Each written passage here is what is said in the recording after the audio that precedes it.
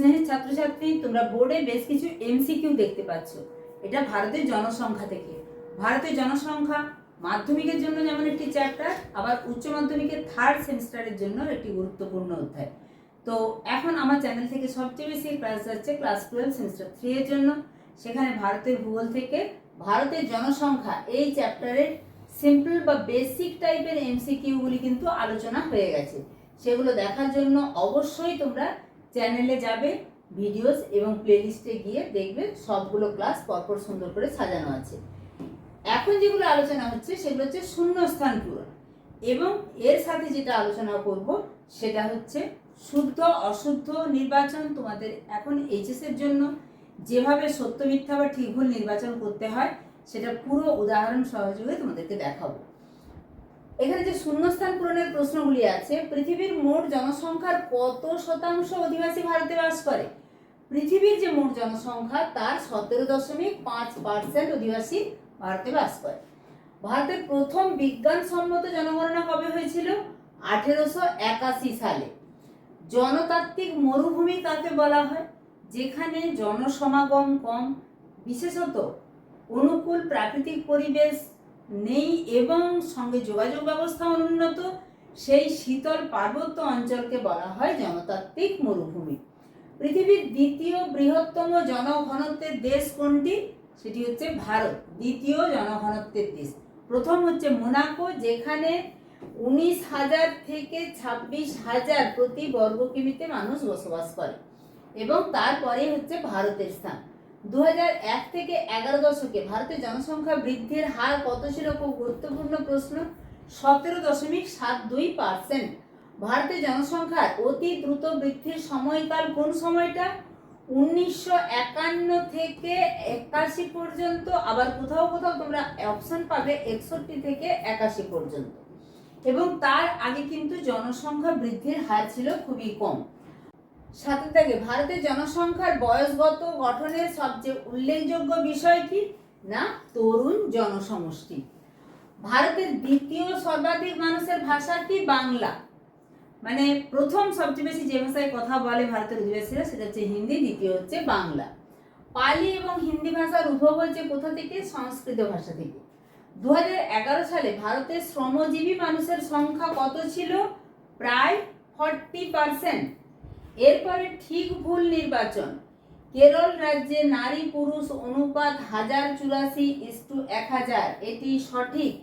2011 সালের আদমশুমারি অনুযায়ী ভারতের সর্বনিম্ন জনসংখ্যাযুক্ত রাজ্য হলো সিকিম, এটিও সঠিক। 10 লক্ষ বা তার অধিক জনসংখ্যা বিশিষ্ট শহরকে বলা হয় মিলিয়ন শহর, এটিও সঠিক। পশ্চিমবঙ্গের নারী পুরুষ অনুপাত 2011 আদমশুমারি অনুসারে 947:1000, কোথাও কোথাও তোমরা পাবে 943:1000। সেই হিসাবে শেষেরটি ভুল তোমরা করতে পারো।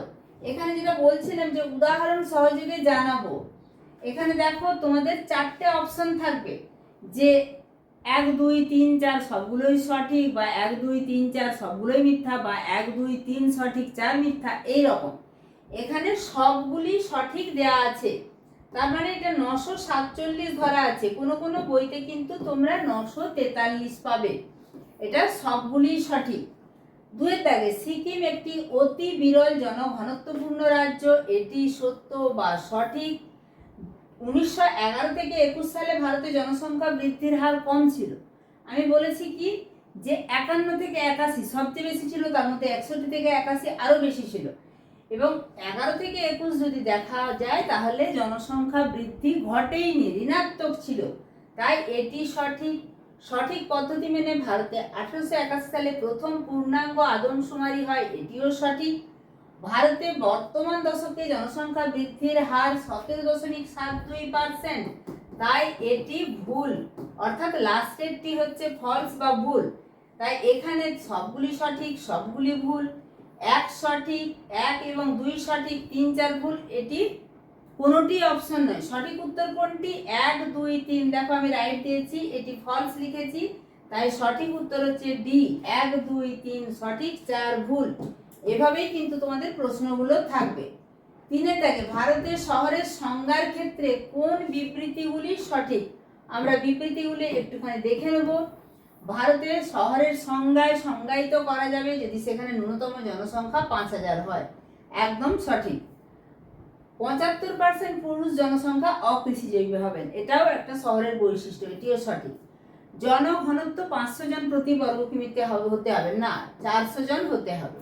রেল স্টেশন থাকবে না, রেল স্টেশন না থাকলেও শহরের সংজ্ঞায় সংজ্ঞায়িত করা যাবে যদি তার জনসংখ্যা ন্যূনতম 5,000 হয়, 75% পুরুষ অকৃষিকাজে যুক্ত থাকেন এবং জনঘনত্ব প্রতি বর্গ কিমিতে 400 জন হয়। তাই 4টি ভুল। এখানে সঠিক অপশন হচ্ছে 1, 2, 3 সঠিক, 4 ভুল। এরপরে যেটি 4-এর দাগে 2011 সালের আদমশুমারি অনুযায়ী নিচের কোন বিবৃতিগুলি সঠিক? ভারতের সর্বাধিক জনঘনত্বপূর্ণ রাজ্য বিহার, 1,102 জন, এটা সঠিক। সর্বনিম্ন জনঘনত্বপূর্ণ রাজ্য, সর্বনিম্ন মানে সবচেয়ে কম, অরুণাচল প্রদেশ, এটিও কিন্তু সঠিক। ভারতের জনঘনত্ব 2011 সালের ডেটা অনুসারে 382 জন পার বর্গ কিমি, এটিও সঠিক। নাগাল্যান্ডে কিন্তু জনসংখ্যা বৃদ্ধির হারে ঋণাত্মক হার দেখা যায়, এটিও সঠিক। তাই এখানে বিকল্পগুলোর মধ্যে সবগুলি সঠিক। তাহলে সত্য মিথ্যা নির্বাচনে দেখতে পাচ্ছ তোমাকে সবগুলো ভালো করে জানতে হবে, তার উপরে অপশনগুলো বুঝে কোন অপশনটা সঠিক যাচ্ছে। শুধুমাত্র সত্য মিথ্যা লিখে দিলে হবে না, এটা আমি বারবার প্রত্যেকটা চ্যাপ্টারে ক্লাস করতে গিয়ে বলছি, আবারও বলছি যে এই সত্য মিথ্যা বা ঠিক ভুল নির্বাচন কিন্তু খুব মাথা ঠান্ডা করে তোমরা করবে। ঠিক আছে, এভাবে প্রত্যেকটা প্র্যাকটিস সেট দেখার জন্য অবশ্যই চ্যানেলটা সাবস্ক্রাইব করে রাখবে। গুরুত্বপূর্ণ এই তথ্যটা অবশ্যই বন্ধুদের মাঝে শেয়ার করে দিও যে এই চ্যানেল থেকে সমস্ত ক্লাস 12 সেমিস্টার 3 এর জন্য শুধু নয়, সেমিস্টার 4 এর জন্য সমস্ত ক্লাস দেওয়া হবে, জিওগ্রাফির সমস্ত ক্লাস। এবং একটা লাইক করে দেবে, যদি নিচে হাই পয়েন্ট দেখায় অবশ্যই হাই পয়েন্টটাও যোগ করে দেবে। টাটা।